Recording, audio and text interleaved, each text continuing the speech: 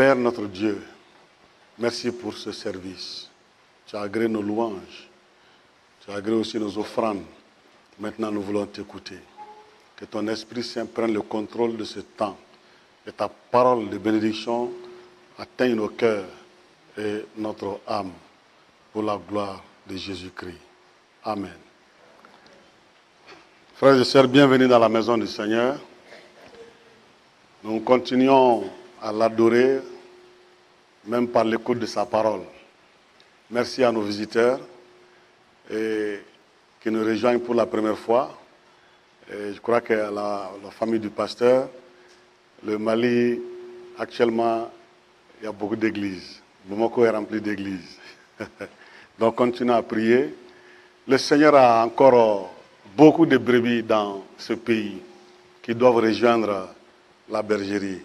C'est pourquoi nous parlons beaucoup de la mission et de l'évangélisation.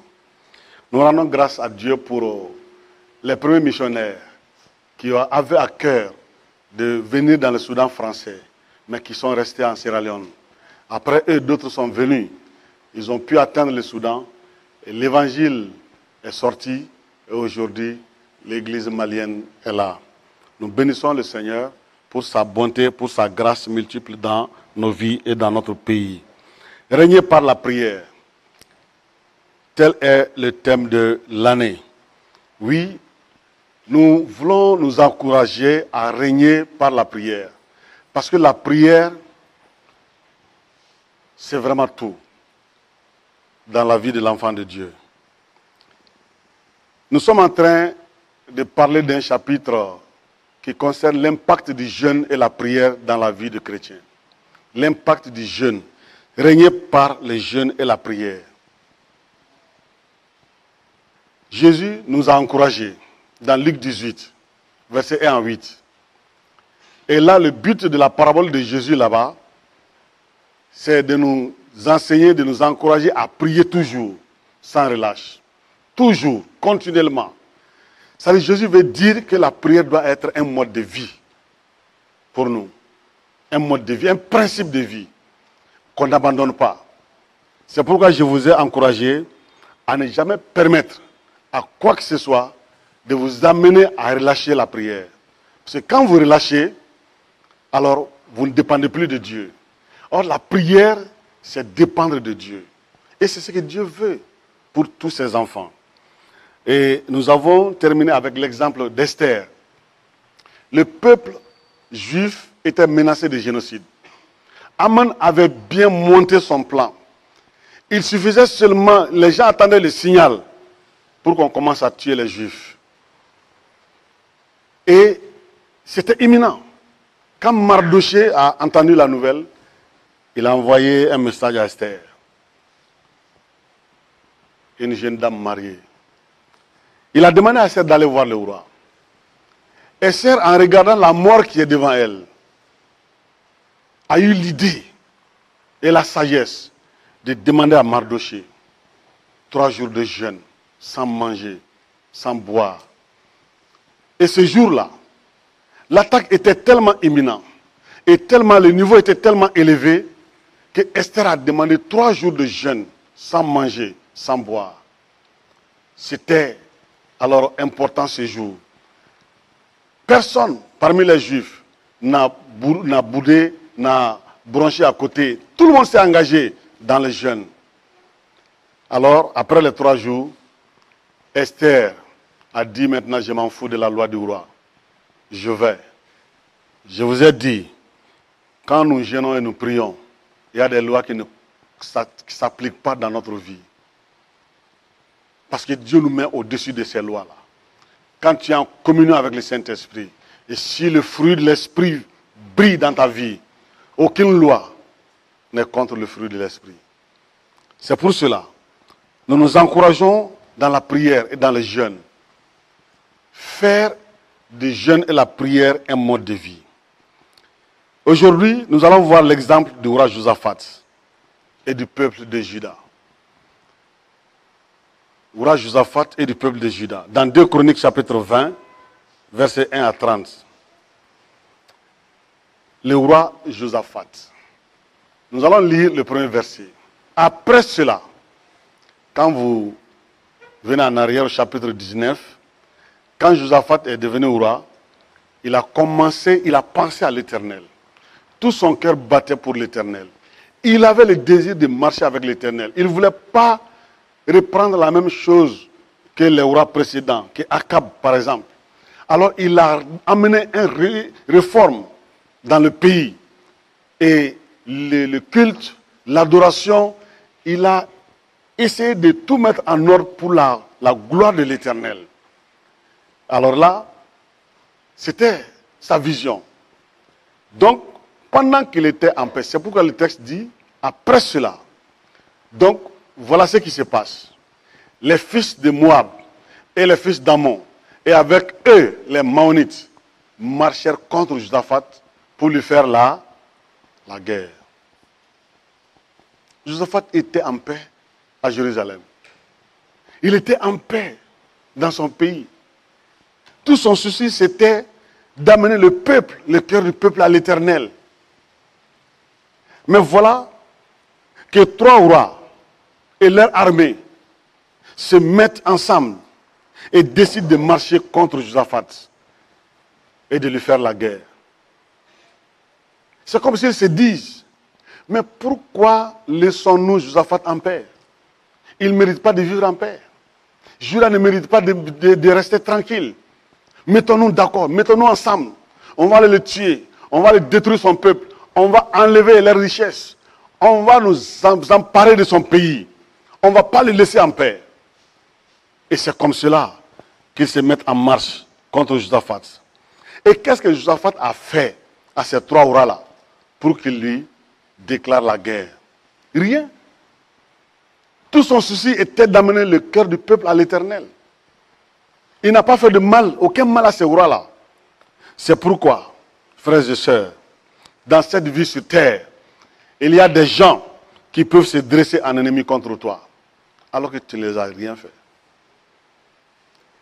Alors, ils veulent vous enlever la vie, vous tuer, vous faire du mal, tout simplement, soit parce que vous progressez bien, ils ne veulent pas voir cela, ou bien parce que tu es chrétien, ils ne veulent pas sentir un chrétien. Paul l'a dit, que nous sentons la mort pour certains. Ils se liguent,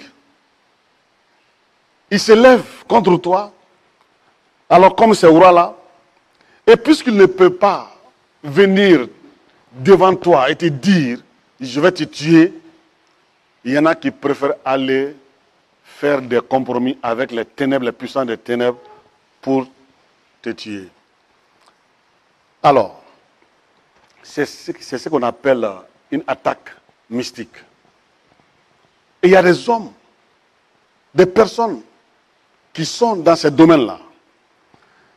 Voilà pourquoi, pendant la nuit, beaucoup de chrétiens, dans le sommeil, vous voyez, vous êtes chassés par des serpents, des chiens noirs, des bœufs noirs, et vous êtes souvent dans les combats terribles, jusqu'à ce que votre conjoint se lève, mais qu'est-ce qui ne va pas? Jusqu'à ce que le lit tremble. Parce qu'il y a des gens qui sont en train de chercher de vous faire du mal, alors dans les ténèbres. Et quand vous vous rendez compte de cela, qu'est-ce que vous devez faire? Ça, c'est injuste. Le comportement de ces 3 rois vis-à-vis de Josaphat est injuste. Ce n'est pas normal. Le prophète Ésaïe a déclaré dans le chapitre 60, versets 1 et 2. Il dit, lève-toi, lève-toi, et la gloire de Dieu brillera sur toi. Tu ne vois pas que les ténèbres dominent les nations? Lève-toi et ton Dieu se lèvera sur toi. Et la gloire de Dieu brillera sur toi et les ténèbres vont reculer. C'est un appel que le prophète lance au peuple de Dieu. Lève-toi. Si le peuple de Dieu ne se lève pas d'abord, Dieu ne se lève pas. Ça, c'est la première des choses. Nous sommes la lumière de ce monde. Jésus l'a dit. Nous ne sommes pas les ténèbres. Nous sommes la lumière. Et les ténèbres cherchent à dominer les nations. Nul n'ignore qu'au Mali aujourd'hui, que les ténèbres sont en train de tout faire en ce temps-là pour dominer le Mali.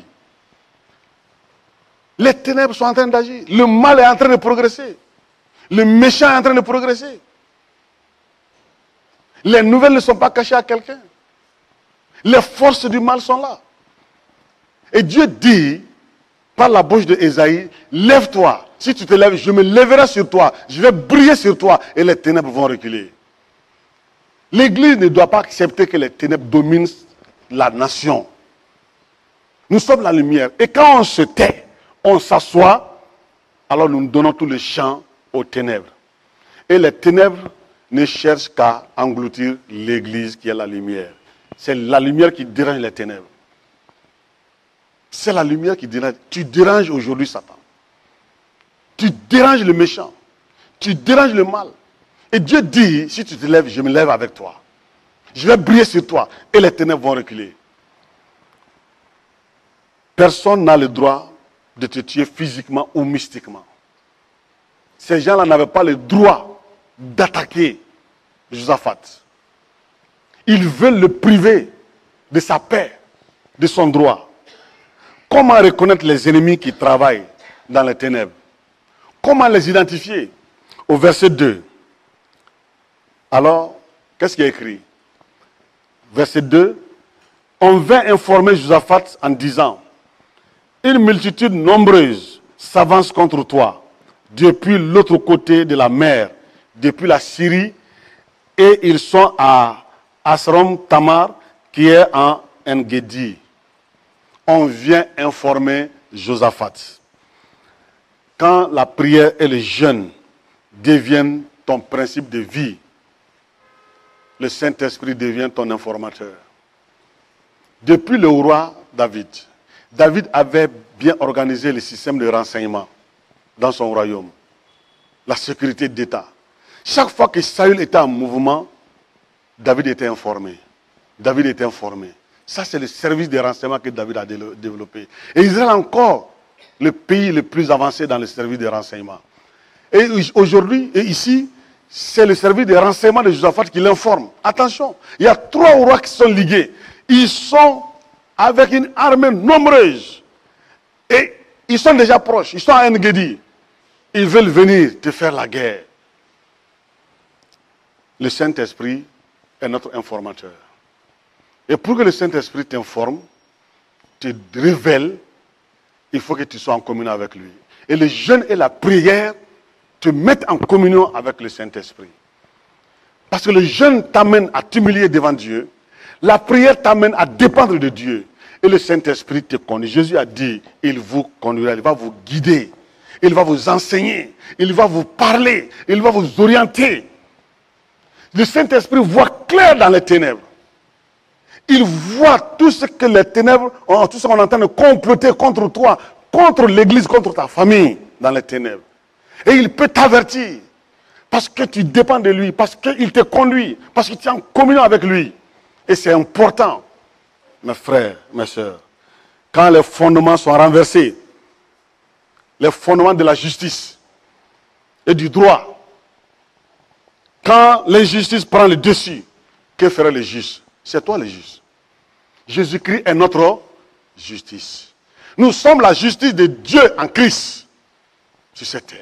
Nous sommes déclarés justes. Ce n'est pas la chair qui peut être juste. La chair ne peut pas faire aucune œuvre de justice. Tous sont égarés, tous sont privés de la gloire de Dieu. Mais en Christ, nous sommes déclarés justes. Il ne faut pas avoir peur de proclamer cela sur toi. Tu es juste en Christ.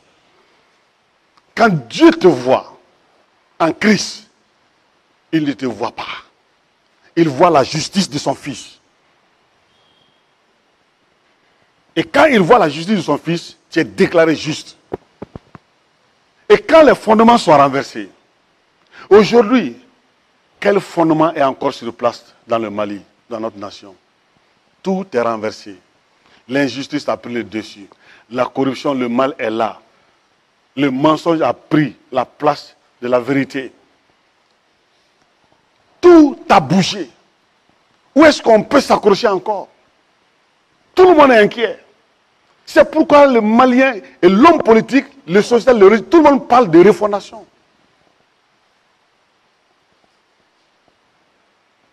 quand les fondements sont renversés, que va faire l'Église? Qu'est-ce que nous allons faire? Alors, ces gens-là veulent venir renverser la paix de Juda, veulent venir renverser la paix de Josaphat. Verset 3, qu'est-ce que Josaphat a fait? Le texte dit que dans sa frayeur, oui, il a eu peur. Il a eu peur. Quand il a entendu la nouvelle, il a eu peur. La peur, c'est la chair.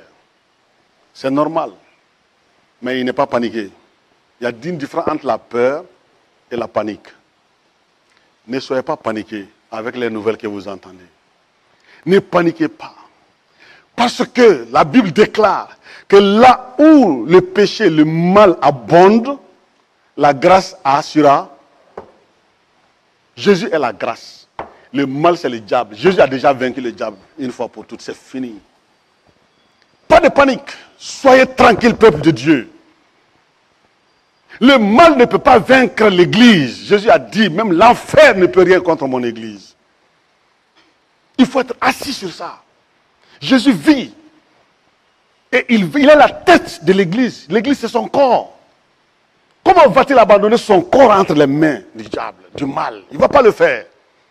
Mais c'est à nous de connaître la parole de Dieu et de croire à ce que la Bible déclare. Le mal, le méchant ne peut pas engloutir la grâce. Non. La grâce est plus puissante que le mal. La grâce est plus puissante que le méchant. Nous comptons sur la grâce de Dieu. Et Josaphat, il a eu peur. Mais Josaphat se disposa à chercher l'Éternel. Très important. Il disposa son cœur à chercher l'Éternel.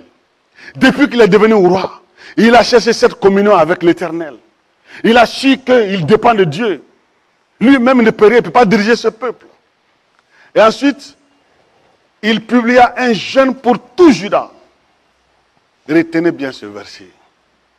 Josaphat, il va faire 3 choses. Il disposa son cœur à chercher l'Éternel. Ça, c'est un. Quand tu te sens attaqué par un mal, par quelqu'un, quand ta famille traverse des moments difficiles, dans ton service, ça ne va pas. Le Mali, ça ne va pas, comme maintenant. Même dans l'église, ça ne va pas. Tu fais quoi? Tu fais quoi? C'est pourquoi ce n'est pas le moment pour nous de faire des commentaires ici, par là. Les causeries inutiles là qui ne nous avancent pas, il faut éviter ça maintenant. Il faut chercher l'Éternel. Dieu, où es-tu? J'ai besoin de toi. J'ai besoin de toi. Il faut l'appeler. Deuxièmement, Josaphat a publié un jeûne pour tout Juda, pour tout le peuple. Il a décrété un jeûne. Et au verset 4, il est dit qu'ils sont entrés dans la prière. Lorsque tu jeûnes et tu pries, l'Éternel se lève et travaille pour toi. C'est pourquoi Isaïe a dit, lève-toi. Lève-toi. Lève-toi. C'est le Dieu des vengeances. Dans Psaume 94, verset 1, Dieu dit, je suis le Dieu des vengeances. À moi la vengeance et la rétribution. Donc appelez-moi. Remettez-moi votre sort. Et réclamez vos droits chez moi. Et je vous mettrai dans votre droit. C'est ce que Jésus nous a enseigné. Le Dieu juste, qui nous a élus avant la fondation du monde. Nous qui créons à lui nuit et jour. Comment est-ce qu'il va se taire? Il va s'asseoir et il n'entend pas notre cri. Jésus dit non, il va se lever, même promptement, pour agir. Pour agir. Et Dieu va le faire. Dieu va le faire. Parce que son fils nous l'a dit. Quand les fondements sont renversés, que feraient les juges? Les justes. Oui, Josaphat a cherché l'Éternel. Les fondements du Mali sont renversés. Surtout les fondements de la justice. Quand l'injustice domine une nation, la nation sera à genoux. Aujourd'hui même, pour passer à un concours, il faut donner quelque chose. Il faut que tu aies un appui. Même pour... Regardez, avant, on forçait les gens à rentrer dans l'armée. Mais aujourd'hui, il faut payer de l'argent pour rentrer dans l'armée. Il faut payer de l'argent pour devenir policier. La douane, n'en parlons pas.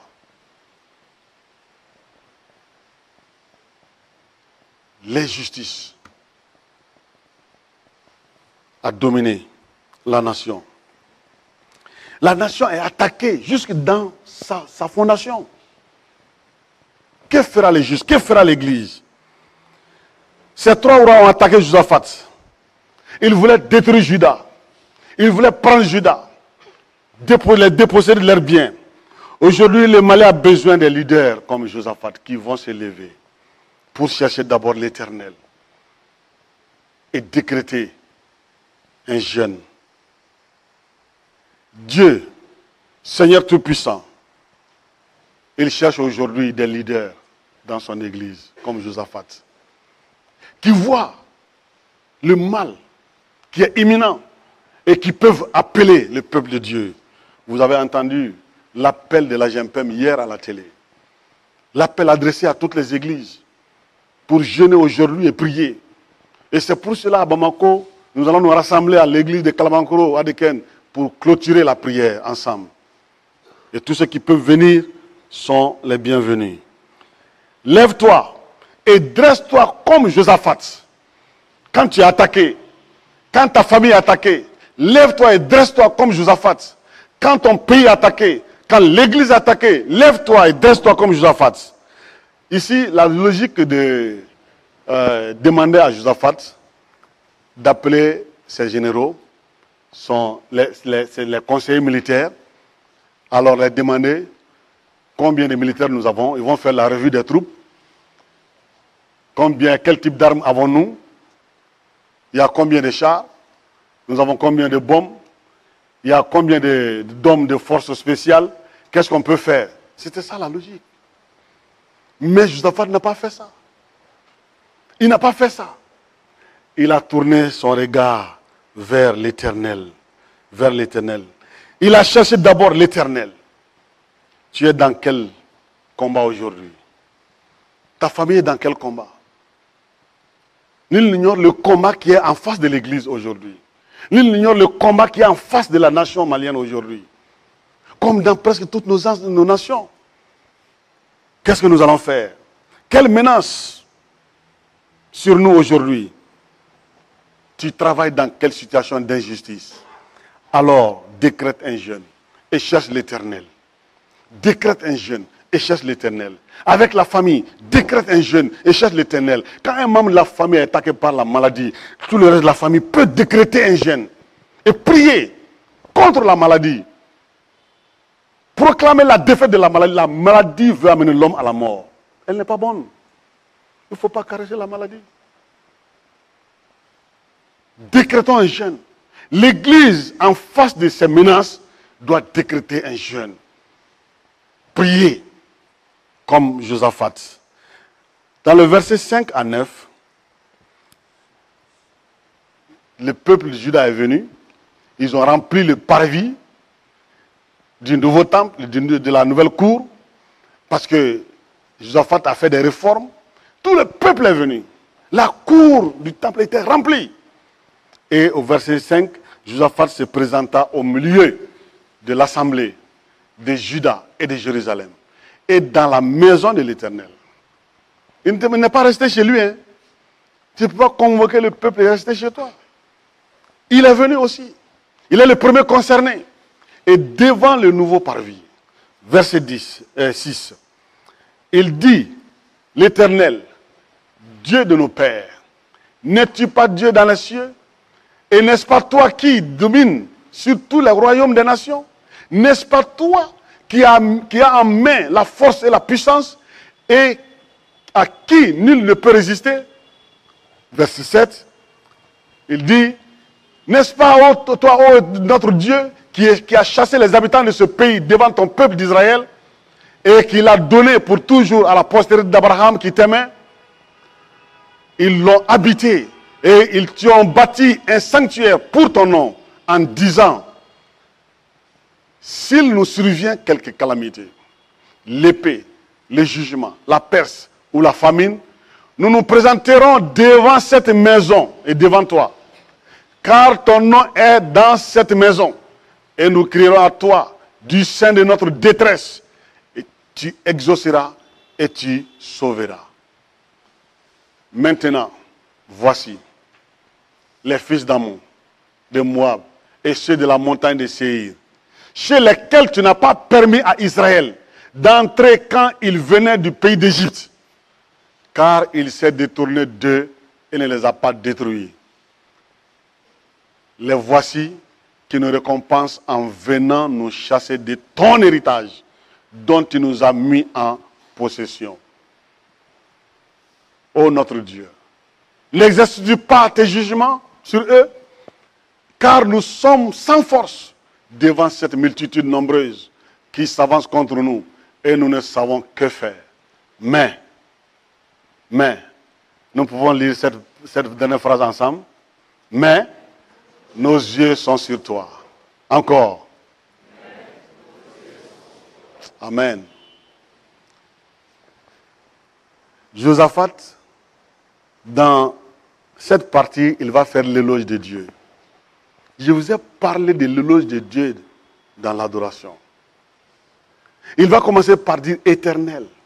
Éternel, c'est qui? Le propriétaire tout-puissant. Celui qui mérite tout. Le contrôleur tout-puissant. Je vous ai parlé de l'éternel, qui veut dire Seigneur. Toi, à qui tout appartient. Moi, Josaphat, je t'appartiens. Le peuple de Juda t'appartient. Même ces rois-là t'appartiennent. Toute la terre t'appartient. Il dit ça à Dieu d'abord. Ensuite, il continue. Dieu de nos pères, c'est toi qui es le Dieu de nos pères. Nos pères nous ont parlé de toi.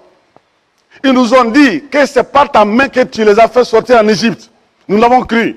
Ils nous ont dit que c'est ta main qui a fendu la mer Rouge. Nous avons cru. Ils nous ont dit que tu les as donnés à boire, à manger dans le désert. Nous avons cru.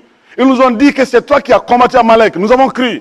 Ils nous ont raconté beaucoup de choses sur toi. Tu es le Dieu de notre Père, de nos pères. Tu es aussi notre Dieu. Comme pour dire que nous croyons à ce que nos pères nous ont dit. Tu n'as pas changé. Tu es là. Ça, il rappelle à Dieu ses souvenirs. Dieu a dit, rappelez-moi mes souvenirs. Rappelez-moi mes œuvres. J'y vais agir. Il a dit ça dans Isaïe. Il dit, n'es-tu pas Dieu dans les cieux? Josaphat dit à Dieu, c'est toi qui es roi dans les cieux. C'est toi qui domines là-haut. C'est toi qui es au-dessus de tout. Ensuite, il dit, n'est-ce pas toi qui es assis et qui a fait les rois de la terre et qui domine sur eux? N'est-ce pas toi qui détiens la destinée de tous les rois? La Bible déclare quoi? Que le cœur des rois est entre les mains de l'Éternel. Et il les incline là où il... Josaphat se rappelle de tout ça. Il est en train de faire l'éloge de Dieu avec ces choses. Il dit, n'est-ce pas toi qui as en main la force et la puissance? N'est-ce pas toi le tout potentiel, le tout puissant? Il dit, à qui nul ne peut résister? Qui peut résister à toi? Qui peut te combattre? Qui peut s'opposer à toi? Qui peut faire face à toi? Quelle qu'en soit l'arme qu'il possède. Même s'il possède la bombe atomique, qu'est-ce qu'il peut faire contre toi, Dieu?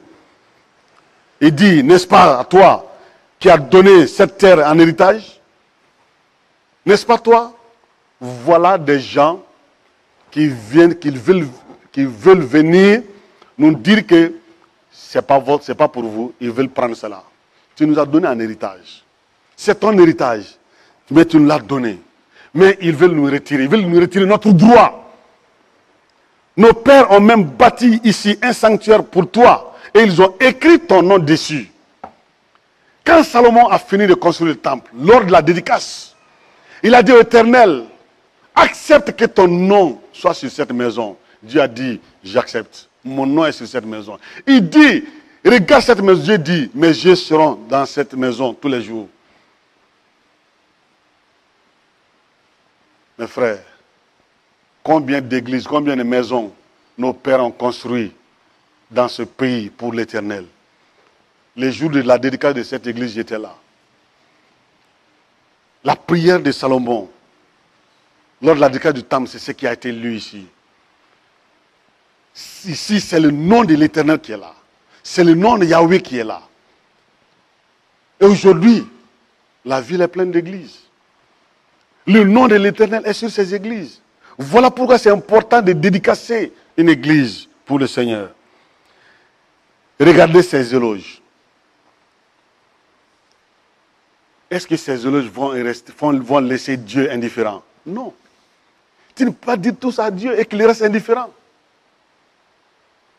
Il va faire quelque chose. C'est pourquoi après ces éloges, Josaphat maintenant, il va présenter l'injustice de l'ennemi à Dieu. Versets 10 à 11. Et là, il va dire à Dieu, maintenant, voici les fils d'Ammon, de Moab, et ceux de la montagne de Séir. Ce sont les descendants d'Ésaü, Édom. Il dit, quand tu as fait sortir ton peuple d'Égypte, ils ont écrasé tous les peuples devant eux. Mais quand ils sont arrivés à Séir, tu as dit, non, ce sont vos frères. C'est la descendante d'Ésaü. Ésaü est le frère jumeau de Jacob, Israël. Ne les touchez pas, ne rentrez même pas dans leur ville, contournez. Hier, nous les avons épargnés sur ton ordre. Mais aujourd'hui, voilà comment ils nous récompensent. Ils veulent venir nous tuer. C'est ça l'injustice. Tu fais du bien à quelqu'un, il te récompense avec le mal.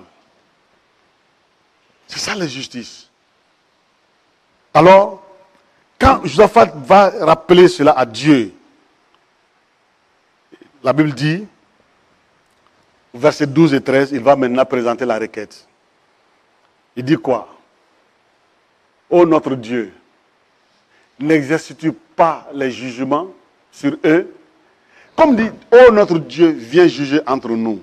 Hier, on les a sauvés la vie. Aujourd'hui, ils veulent nous tuer. Viens juger entre nous. Dieu dit, je suis le Dieu de vengeance. Dieu est le Dieu de justice. Son royaume est fondé sur la justice. C'est le pilier central du royaume. Josaphat réclame justice. Et c'est ce que Jésus a dit. Il réclamait justice. La femme a réclamé justice. Et elle a trouvé justice. Nous réclamons justice. Quel bien l'Église n'a pas fait à ce pays, le Mali. Nous avons valorisé ce pays, les langues de ce pays. Par nos prières, Dieu a épargné ce pays de beaucoup de choses. Beaucoup de présidents sont passés ici et qui ont reconnu cela à l'Église. Oui, celui qui ne veut pas la justice est contre Dieu.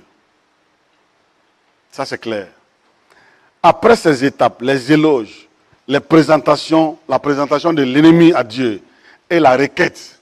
Et dans la requête, Josaphat dit, Dieu, tu les vois, ils sont nombreux plus que nous. Je ne m'appuie pas sur mon armée, sur mes chars. Je suis sans force. On ne peut pas les combattre. Maintenant, nous, on est là, dans ta maison. Hein. C'est ton nom qui a été invoqué ici. On est là. Et on reste ici. Si tu ne te lèves pas, si tu ne fais pas quelque chose, ils vont venir, ils vont nous égorger ici, dans ton temple. Dans la cour de ta maison ici. Et c'est ton nom qui est en jeu, l'Éternel. Et c'est pourquoi il dit, nos yeux sont sur toi. On te regarde. Ce que tu as fait hier pour nos pères, on a entendu. Aujourd'hui, nous sommes menacés de mort. On te regarde. Le peuple juif était menacé de mort par Aman. Après 3 jours de jeûne, la porte du roi a été ouverte. Et Dieu a tendu sa main. Israël a été sauvé. Aujourd'hui, Josaphat, il fait la même chose. Est-ce qu'on peut dire ça à Dieu et qu'il reste là encore sans rien faire? Nos yeux sont sur toi. Nous sommes menacés. Le mal est en train d'avancer au Mali. L'injustice grandit. On veut prendre ce pays, détruire la démocratie, détruire la laïcité et nous tuer. Nos yeux sont sur toi, Éternel. Nos yeux sont sur toi. Si tu ne fais pas quelque chose, c'est ton nom qui sera gâté. C'est ton honneur qui est en jeu ici, Éternel. Parce qu'ils sont dans la maison de Dieu, là où le nom de l'Éternel a été invoqué. Dieu, il se manifeste au milieu du peuple. Dans le verset 14 à 17, rapidement vous allez les lire. Pendant que Josaphat a fini ça, ah non, l'Éternel s'est manifesté au milieu du peuple. Son esprit a saisi Jahaziel. Il lui a mis une parole dans la bouche pour le roi et pour le peuple. Jahaziel dit, roi Josaphat, le peuple de Juda, écoutez la parole de l'Éternel. Dieu me charge de vous dire que ce combat n'est pas votre combat. C'est pour moi, Éternel.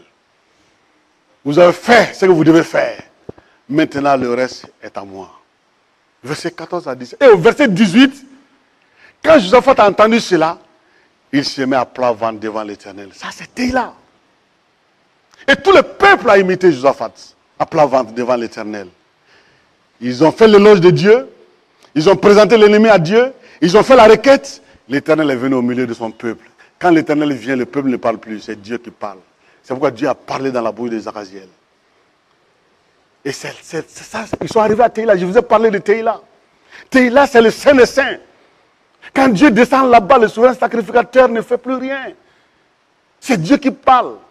C'est pourquoi, ça c'est le niveau d'adorer Dieu en esprit et en vérité.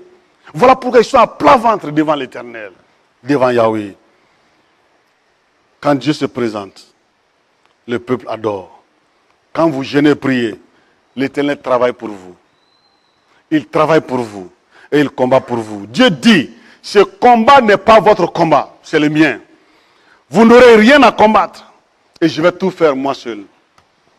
Je vais tout faire moi seul. Au verset 21 à 30, l'Éternel va tout faire seul. Le matin de bonheur, le roi se lève. Il organise le peuple. On va obéir à Dieu. Mes frères, mes sœurs, les jeûnes, la prière sont deux clés pour déclencher la foi. Josaphat avait confiance en son Dieu. Il avait la foi en l'Éternel. Et le peuple l'a suivi dans cette dynamique. Il dit, vous les chantres, prenez le devant. Il n'a pas mis l'armée devant, il n'a pas mis les forces spéciales devant. Non. Il a mis les chantres devant. Vous savez, dans le domaine spirituel, les chantres sont réellement la force spéciale. Parce que c'est la louange qui appelle Dieu, qui fait venir Dieu. Et quand Dieu arrive, c'est là. C'est fini. C'est Dieu qui fait le reste. Et quand il a organisé le peuple, lui-même il était là. Dieu lui a dit, avancez jusqu'à la montagne. Ce que vous allez voir, vous allez me faire le rapport. La Bible dit, quand le peuple, quand les chantres ont commencé à donner le ton de la louange, Dieu a mis une embuscade devant ces gens-là. Moab et Ammon ont tué Séhir. Ils sont montés contre ceux qui sont sur la montagne de Séhir. Ils les ont tués. Et après, ils se sont fait face à face. Ils ont commencé à s'entretuer. Et les deux derniers qui sont restés, ils se sont poignardés. Et les deux sont morts. Personne n'est sorti vivant dans cette multitude nombreuse. Et quand Josaphat arrive avec le peuple de Juda, il ne voit que des morts, des cadavres, L'Éternel a fait le combat. Les jeûnes et la prière. Les jeûnes et la prière. Les deux piliers du royaume de Dieu. Je vous ai dit, c'est la justice et le droit. Et quand nous jeûnons, nous prions et nous réclamons notre droit, notre justice, Dieu se lève et il combat pour nous. Quand Josaphat a vu cela, la Bible dit qu'ils ont fait 3 jours en train de ramasser le butin. 3 jours. Et le 4e jour, ils ont adoré l'Éternel. Les Kénénites ont fait un sacrifice. Et les Lévites, ils ont adoré l'Éternel. L'injustice est la force des ténèbres.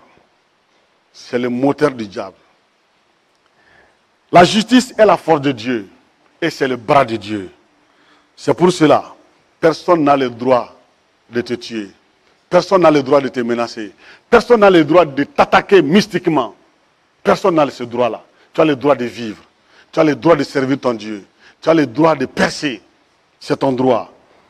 Le jeûne est une arme redoutable et une source de force dans la vie du croyant. Ne négligez pas le jeûne. Jésus nous encourage. Il a dit lorsque vous jeûnez. Il a même dit quand l'époux va partir, quand l'époux partira, ils vont jeûner. Je vous ai dit que nous sommes, depuis que Jésus est monté du mont des Oliviers, le temps de jeûne de l'Église a commencé. Jeûnons et prions.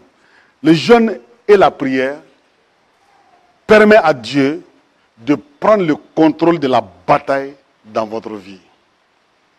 Dieu a pris le contrôle de cette guerre. Il a dit, c'est ma guerre. Vous n'avez rien à faire. Quand nous jeûnons et prions, le mal qui est en train de progresser contre l'Église, la force des ténèbres qui est en train de vouloir s'emparer de ce pays et de fermer les églises, Dieu dit, je vais prendre le contrôle de cette bataille. Vous n'aurez rien à faire. C'est mon combat. C'est mon combat. C'est pourquoi restons tranquilles dans le Seigneur. Toujours prier et jeûner, ne point relâcher. L'histoire de ce pays a montré des moments difficiles dans la vie de l'Église. Mais Dieu a intervenu par la prière des chrétiens, de ses enfants. Une année à Beledougou, on a commencé à casser les églises, à brûler les églises. L'Église a prié. Les leaders ont saisi le président à l'époque. Et le président a donné ordre de reconstruire les églises.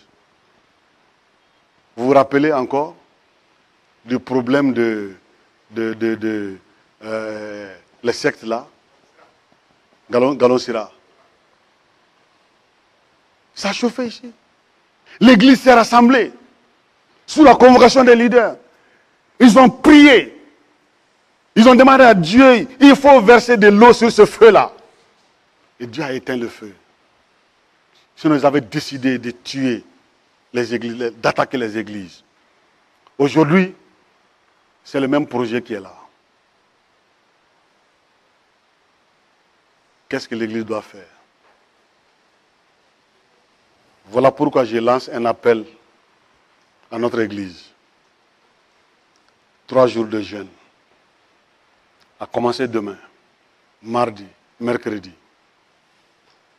On jeûne, on prie à la maison, et le soir à 17h, on se retrouve ici. 17h, 18h, 1 heure de temps, on prie, on va à la maison.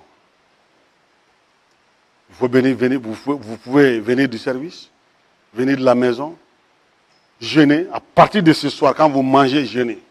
Ceux qui ont la force de faire 3 jours de jeûne sec, allez-y. Ceux qui n'ont pas cette force, coupez le jeûne à 17h, venez, on va prier. Même si vous ne pouvez pas jeûner à cause d'une indisposition, venez. Ne te mets pas à l'écart de ça. Il ne faut pas attendre que l'épée arrive au milieu de nous et ensuite se lever. On n'aura pas ce temps-là. Chacun va se chercher.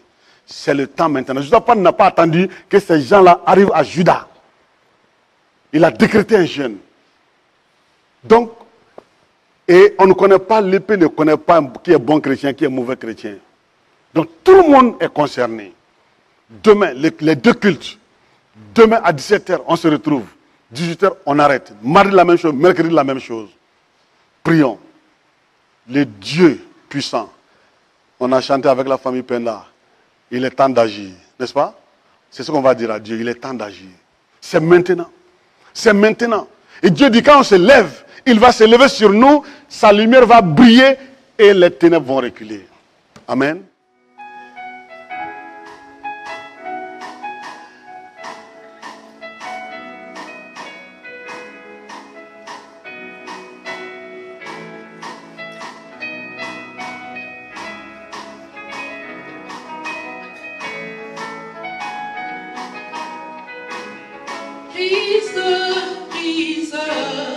Brise la force du moi qui combat mon âme et t'empêche de briller en moi.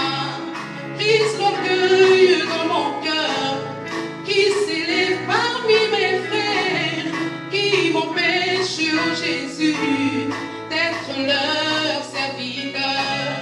Brise l'égoïsme dans mon cœur qui s'est élevé comme un mur, me remplit du souci du monde qui m'empêche d'aider les autres.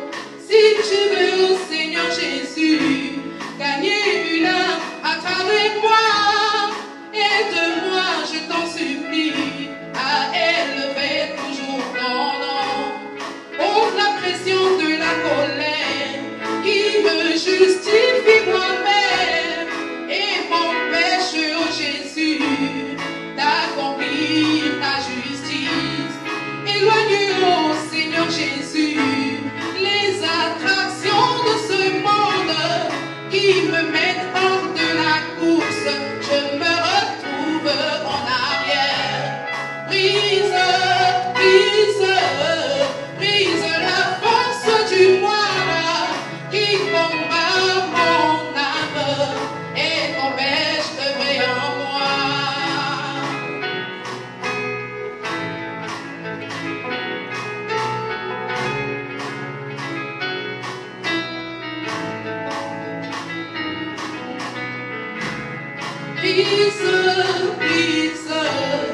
Brise la force du moi qui combat mon âme et t'empêche de briller en moi. Brise l'orgueil dans mon cœur qui s'élève parmi mes frères et m'empêche, Jésus, d'être leur serviteur. Brise l'égoïsme dans mon cœur qui s'est élevé comme un mur, me remplit du souci du monde qui m'empêche d'aider les autres. Ôte la pression de la colère qui me justifie moi-même et m'empêche, Jésus, d'accomplir ta justice. Si tu veux, Seigneur Jésus, gagner une âme à travers moi, rends-moi comme un agneau qui ne réclame pas ses droits. Si je suis ce que je suis, ce n'est que par ta grâce. Aide-moi, Seigneur Jésus, à élever toujours ton nom. Ôte la pression de la colère qui me justifie moi-même et m'empêche, mon Jésus, d'accomplir ta justice. Si tu veux, Seigneur Jésus, gagner une âme à travers moi, rends-moi comme un agneau qui ne réclame pas ses droits. Si je suis ce que je suis, ce n'est que par ta grâce. Aide-moi, je t'en supplie, à élever toujours ton nom.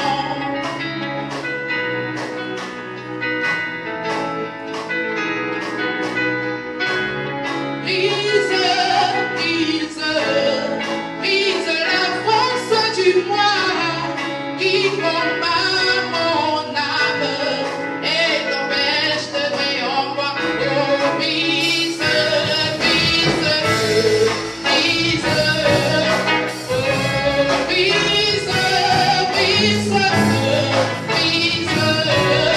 je veux te ressembler, mais brise-moi.